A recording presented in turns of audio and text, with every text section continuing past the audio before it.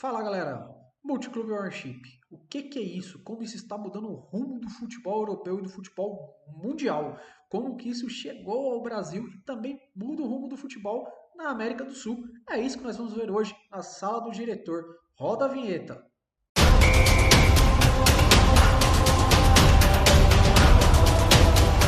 E aí galera, esse daí é o mapa global do MCO, Multiclube Ownership. O que é isso, galera? Isso na verdade são os grupos que detêm vários clubes embaixo do seu guarda-chuva. Então tem uma empresa, uma controladora, e ela compra times de futebol e vai agregando ali embaixo do seu portfólio, tá? E ela passa a atuar em várias frentes, galera. Hoje, o maior grupo desse modelo, tá? É o grupo City. Ele tem 10 clubes embaixo, tá? Aqui na América do Sul tem dois clubes, tem um clube no Uruguai e tem o Bahia aqui no Brasil, tá? E tem outros clubes na Europa. Então depois do grupo City ali, nós temos aqui, tá? Do meu lado aqui direito do vídeo para vocês aí, ó, você tem a QSI, que tem o PSG e o Braga, ela é o dono, né? Uma empresa do Qatar que é dono do PSG e tem 30% do Braga em Portugal. Você tem a Eagle Futebol, né? Que tem o Lyon e o Crystal Palace. Tá? E também o Botafogo, né? Que agora tem todo um imbróglio judicial, isso daí. Depois vocês olharem lá o canal do Manuel do Botafogo, ele explica bem esse imbróglio judicial. Deixo o link do canal dele aí para vocês. Aí a gente temos a EPP, que é uma empresa, galera, que ela está nos Estados Unidos. Ela está fazendo aquisição agora de 16% do Benfica. Isso daí já está assinado. Agora é só o órgão lá de Portugal liberar, né, que aconteça isso. Então ela vai passar a ter 21% do Benfica. E ela tem uma participação também no Venezia da Itália, tá? E aí você tem também a Red Bull, né? Que tem ali o Salzburg, o Leipzig, o Bragantino. Então, na verdade, você tem uma empresa, né? Você tem um investidor que ele controla vários clubes embaixo do seu guarda-chuva. E esse modelo de negócio, galera, ele transaciona quase 21 bilhões de euros, tá? No futebol, tá? E paralelo a isso, a UEFA ela criou no artigo 5 dela alguma série de regras, galera, para olhar os riscos, tá, desse negócio do compliance, né, que tem por trás disso. Porque você tem um risco ali de mudanças, tá, de atletas repentinas para poder dar uma vantagem esportiva para outro clube. Você não pode, por exemplo, ter um CEO que está num clube, por exemplo, a pessoa ela é CEO do Manchester City e ser CEO do Bahia. Isso não vai acontecer. Você tem que ter profissionais separados. Então tem uma série de regras.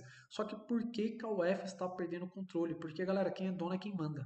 Entendeu? Quem manda vai mandar do jeito que ele quiser, vai fazer a coisa do jeito que ele quiser e pouco importa. Então, né, hoje a UEFA, por mais que ela tenta ali blindar o futebol, vem sofrendo uma mudança. E hoje nós vamos entrar dentro desses grupos. Beleza, galera? Vamos lá para o primeiro grupo aqui que nós vamos falar para vocês entenderem como funciona esse universo do Multiclube Ownership.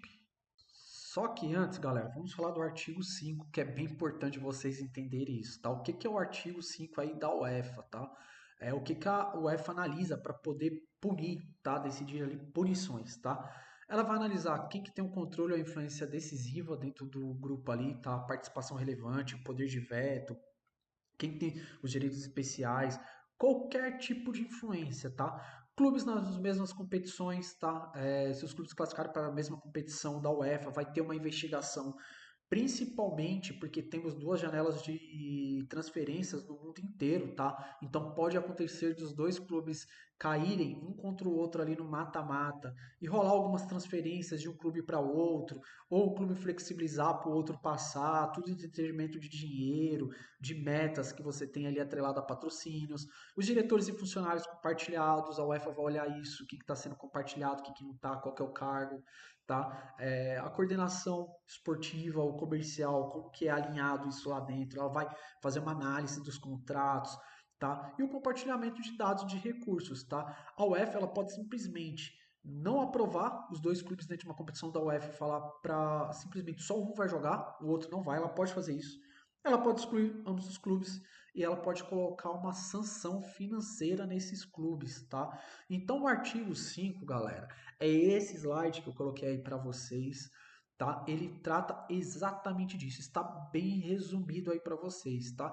O que que acontece na Europa, galera? Esses clubes vira e mexe estão jogando junto à Liga dos Campeões. As competições lá sempre tem dois clubes dentro de um mesmo lugar, cara, jogando. tá? Então a UEFA ela fica muito em cima. E vamos lá para falar agora sim do primeiro grupo, tá, galera? Então é isso aí, galera. Vamos começar falando do primeiro caso aí, tá? O caso do investidor do Qatar, o QSI. Quem que é o QSI? Ele é dono do PSG, tá? E ele detém hoje 30%, galera, do Braga lá em Portugal, tá? Essa questão dele ter 30% do Braga está sendo investigado lá em Portugal pela CMVM, tá? Que é um órgão parecido com a CVM que nós temos aqui no Brasil. O que que acontece? Qual que é o red flag aí do artigo 5 aí, que eu falei para vocês anteriormente aqui, né, da UEFA, né? Porque existe um risco de compliance, existe um risco ali de conflito de interesses, tá? A integridade competitiva. O Braga e o PSG disputam sempre as mesmas competições europeias, né? Aí é caso de dois clubes de elite, né? O Braga é a quarta maior força em Portugal, o PSG ele figura entre as duas maiores forças da França, né? Porque lá também tem o Lyon, né? Então é muito fácil eles acabarem estando na Liga dos Campeões. E o que que acontece? Se eles caírem no mesmo grupo, será que não vai ter uma transferência de jogadores entre um e outro para equilibrar as forças e assim os dois classificarem para a próxima fase? Numa questão de mata-mata, será que um clube não flexibiliza para o outro assim, para o outro poder avançar? Se o outro tiver metas financeiras acordadas que se tornem mais vantajosas para o grupo? A UEFA ela tem olhado tudo isso daí, tá? E quando eu falo que a UEFA está perdendo o controle, é porque não tem como ela controlar isso. Ela não consegue saber no dia a dia a administração, a cabeça do administrador que está por trás, tá? Então a QSI ela já tem esses red flags. Vamos avançar aqui, vou passar para o próximo grupo aqui para a gente continuar nosso bate-papo. Galera, próximo é o Benfica e o Venezia. O Benfica, para quem não sabe, eu já fiz um vídeo explicando a situação do Benfica que tá tendo esse investidor a EEP, né, comprando mais 16,38% dele, tá? E o que que acontece? O Benfica, esse investidor vai ter 21% da administração do Benfica, galera. E o Venezia, ele já é hoje o sócio majoritário do Venezia lá na Itália, tá? Então, a mesma situação que se aplica ao PSG e ao Braga também se aplica nesse caso. Para o Benfica, a gente tem um red flag que é um pouco maior, galera, porque essa empresa, né, que está investindo ali dentro do Benfica, ela tem a expertise no ramo de eventos, em pegar arenas e colocar no rights e fazer aqueles grandes shows, aqueles grandes espetáculos, tá? Então nós temos isso. Então o Benfica ele perde força de vender seus rights, porque se aparecer um concorrente colocando valor lá, agora ele tem um sócio que vai levantar a mão e pode falar que não, em detrimento dos seus próprios objetivos, né? E aí tem toda a questão também dos riscos de competição. Mas até então, né, você vê que a coisa vai indo ali. Vamos para o quinto caso, galera. O quinto caso. Lyon Crystal Palace. Também é semelhante aos outros casos, né? A Eagle Futebol, galera, ela tem 77,5% do Lyon e do Crystal Palace ela tem 43,8%. Eu acho que é um dos casos mais agressivos aqui de ser dono, tá? Para quem não sabe, o Botafogo também faz parte dessa Eagle aí, tá? Só que agora está acontecendo um imbróglio judicial, porque o John Tester meio que foi destituído do poder das empresas, então tem bastante ação judicial rolando aí. Depois vocês podem dar uma olhada no canal do Manu do Botafogo, ele explica muito bem a respeito disso. Eu vou pedir para ele o link do vídeo, eu vou deixar na legenda do vídeo para vocês, beleza? E galera, mais uma vez, você tem dois clubes que estão jogando ali, né, competições europeias, tem toda essa questão ali do que vai acontecer, tá? Se esses times caem no mesmo grupo, de repente o PSG cai no grupo que tem esses dois. Será que esses dois vão se juntar para derrubar o PSG? Você vê que a briga ela sai do campo esportivo, das quatro linhas, para os bastidores, galera. Agora é uma briga de bastidor. E aí, vamos lá para a sexta imagem, galera. Esse é o maior grupo de todos. Grupo City. Esse eu acho que é o que mais interessa para nós da América do Sul. Por que eu falo isso? Galera, o Grupo City ele tem 10 clubes embaixo do seu guarda-chuva. Ele é o maior grupo desses todos, tá? E para nós da América do Sul, olha que situação. Ele tem o Bahia, e aí ele tem o New York, lá dos Estados Unidos, e ele tem o Montevideo City Torque ali, né? O Bahia e o Montevideo, tudo bem, joga Libertadores toda hora, joga uma vez ou outra, né? Mas em algum momento pode acontecer desses dois times começarem a jogar Libertadores. Como que a Conmebol vai fazer? relacionado a isso. Porque o City pode querer comprar outros clubes também aqui na América do Sul, tá? Então imagine que tem ali, de repente, a Sul-Americana, cai esses dois times lá, o Montevidéu e o Bahia, e eles se juntam para tirar, de repente, um terceiro time ali, o Vitória, entendeu? Que é o rival do Bahia ou o rival do Montevidéu. Eles se juntam para ganhar mais força e mudar a história, né, do futebol. Por quê, galera, que eu coloco isso para vocês? É evidente que quando você tem um poder de decisão, você quer que os seus andem para frente, você não quer que os demais andem. E o City, vamos olhar a situação dele na Europa. Na Europa ele tem 5 times. Então ele tem o City, o Girona, o Palermo, o Lomel e o Stack. Galera, esses 5 clubes podem sim em algum momento, os 5 ir jogar a Liga dos Campeões. Imagina o sorteio de Liga dos Campeões com todo mundo lá, cada grupo cai um time desse. Ou então cai 2 times por grupo. Né? É simplesmente os outros 2 clubes que tiverem nesses grupos, a chance de classificação se torna mínima, porque os clubes podem se juntar para minar. Né? Quando você pega a Ásia ali, a Oceania, você tem o Melbourne, você tem o Mumbai, você tem o Yokohama, você tem o Ushuaia da China ali. Galera, outro caso desse também, lá também tem a competição deles, que é como se fosse a Libertadores, que é como se fosse a Liga dos Campeões, e o City emplaca 4 times lá. Então você vê que a coisa ela é muito mais embaixo, né? Que é um negócio que começou na Europa e ele começa a se expandir. O City já está espalhando esse negócio para o mundo. Daqui a pouco, galera, isso vai começar a ter em todo lugar, tá? Vai ter time que ele vai fazer parte, vai ter 2, 3 parceiros. E aqui também tem um ponto de atenção que eu chamo para vocês, o respeito com o torcedor, tá? Porque a UEFA ela fala em banir. Então imagine assim, o clube não poder participar da competição. Imagine lá, você é torcedor do Girona, seu clube vai jogar a Liga dos Campeões, né? O Manchester City também, o Palermo vai, e aí ela chega lá pro grupo City e fala, olha, só que você vai ter que escolher um dos dois aqui, ou vai ser o Palermo ou vai ser o Girona, tá? Não pode os dois disputarem a Liga dos Campeões com você, ou não pode ser o City. E aí simplesmente o dono, né, do grupo, o grupo decide, ó, esse ano o Girona não vai jogar. Ótimo. E o torcedor do Girona? Esse torcedor, pô, que pagou o ingresso, que viu o jogo, que torceu, que sofreu, o que, que vai acontecer com ele? O que, que acontece? E se ele escolher o Palermo? O Palermo que é um clube que sempre está começando a jogar as competições novamente, né? O que, que rola com esse torcedor? Porque assim, não espere que o torcedor de um clube desse vai colocar a camisa do Manchester City e vai falar, vamos City, não vai, isso não vai acontecer. Porque o torcedor ele torce pro time dele. Ele pode até ter um apelo emocional com outro clube, mas ele torce pro time dele. E o quanto de dinheiro, galera, que esse negócio movimenta. É o que nós vamos ver agora. Galera, isso daí é o quanto de dinheiro que movimenta. Eu trouxe aqui os grupos, porque afinal aqui na sala de diretor a gente fala dos riscos de compliance, da parte financeira, para vocês entenderem o futebol de bastidor. Galera, o Grupo City, que é o maior de todos aí, movimentou 4,28 bilhões em receita. Isso é receita, tá? Receita que o Grupo City conseguiu, tá? Em 10 clubes aí. Né? Então ele teve um investimento em elenco de 1,73 bilhões de euros, tá? E os acordos comerciais ele giram em torno de 1 bilhão de euros. O que, que acontece? O acordo comercial aqui que eu coloco para vocês é o Notwhite, patrocínio de material esportivos, patrocinadores, porque se você fecha com o Grupo City, a chance de você fechar com os outros 9 clubes é muito maior de você entrar neles. A penetração de marca é muito maior, tá?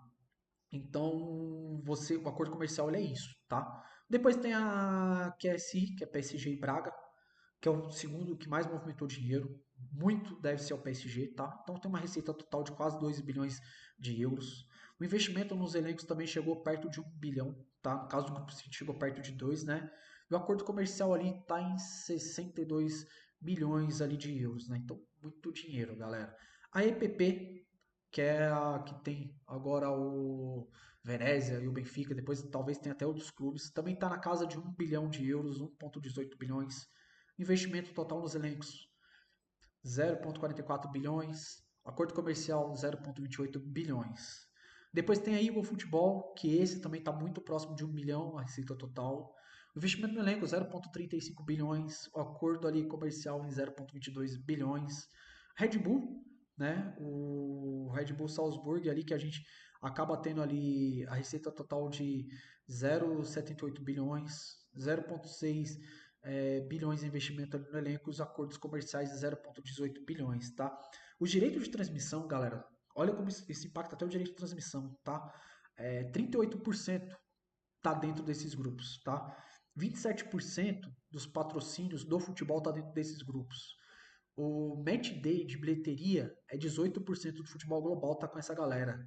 E eles têm 17% da receita total do futebol. Eles estão presentes em 5 continentes, mais de 100 milhões de torcedores alcançados, galera. Esses dados que eu trago para vocês da temporada 2025-26, juntando todos esses grupos, tá? Então você vê que esse negócio do MCO, galera, ele tá muito forte. Ele tá se organizando para ser o novo modelo do futebol, tá? Então provavelmente, se você quiser trabalhar com futebol, quiser mandar currículo, pode ser que no futuro você tenha que mandar diretamente para os donos desses clubes. Você manda o seu currículo lá para a Hold, se tiver a vaga embaixo, cascateia para você. Igual você vai trabalhar no grupo Volkswagen. Você manda lá para o grupo Volkswagen seu currículo, você talvez consiga um emprego para ir para Audi, para Porsche, para outras ramificações do grupo, né? Não é mais uma coisa assim que, eu vou trabalhar com futebol, vou escolher o City. Não, você vai ter que escolher o grupo. Tá? Então você vê que a coisa ela cresce muito e esses grupos eles entram muito em competições que alguém já está. Por exemplo, aqui eu estou colocando para vocês, galera, o caso aí do grupo City aqui, né? E a gente tem o caso do grupo do Red Bull. Eu não sei se eu trouxe para vocês aqui, galera. Eu não trouxe para vocês aqui o caso do Red Bull. Tem a fotinha aqui para você, depois eu trago. Mas assim, galera, você vê que, por exemplo, o caso do Red Bull, você tem o Salzburg, você tem o Leipzig, do grupo do Red Bull, que disputa as competições da UEFA. Você tem o Bragantino no Brasil, né? Disputando Libertadores. O grupo City, você tem lá os clubes dentro da Europa, e você tem o Bahia disputando Libertadores. Pode ser que a QSI ou a EPP invista em outro clube aqui no Brasil, né? Você tinha o futebol investindo no Botafogo, né, disputando Libertadores. Então, de repente, você quer trazer um parceiro comercial para um clube brasileiro, vale a pena conversar com a QSI e com a EPP. Por quê? Você já tem os rivais deles disputando, né, as competições por aqui. Então, a MCO é isso, galera. É essa questão da empresa, né? Uma empresa se tornar dona de vários clubes embaixo ali desse guarda-chuva. Hoje eles movimentam muito dinheiro dentro do futebol. É a maneira como o futebol está. A UEFA não sabe o que faz, essa é uma grande verdade. Tá? A UEFA, no artigo 5 dela, lá tem várias brechas. Ela não consegue controlar isso, eu imagino que não vai ter como controlar. A Comebol, até o momento, não se movimentou do nosso lado aqui, né, na América do Sul. Pelo menos eu não escutei nada a respeito. Então fica esse ponto de atenção. Vamos ver como é que se desenvolve o futebol, porque eu acho que nos próximos 3 anos, né, vai ter a Copa do Mundo agora esse ano. 2030, eu imagino que o futebol se torne já um futebol dos grupos, né, empresariais. Beleza, galera? Segue, curte aí a sala de diretor, sempre trazendo para vocês esse tipo de insight aqui. Tá bom? Até a próxima.